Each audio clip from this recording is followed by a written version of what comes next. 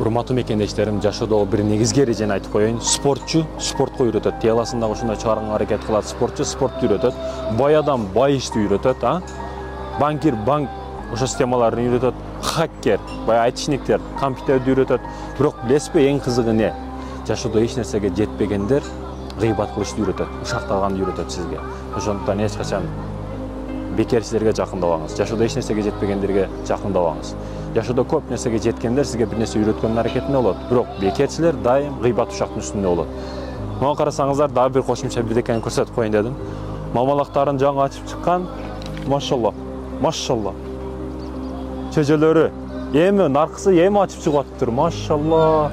Жаңы эми ачып атат мына. Табаракалла.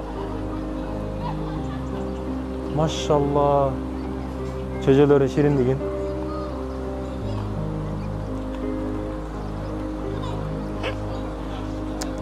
Машалла. Табаракалла. Мен эми көрүшүм, биринчи жолу көрүшүм жаңы ачып чыгышынычы.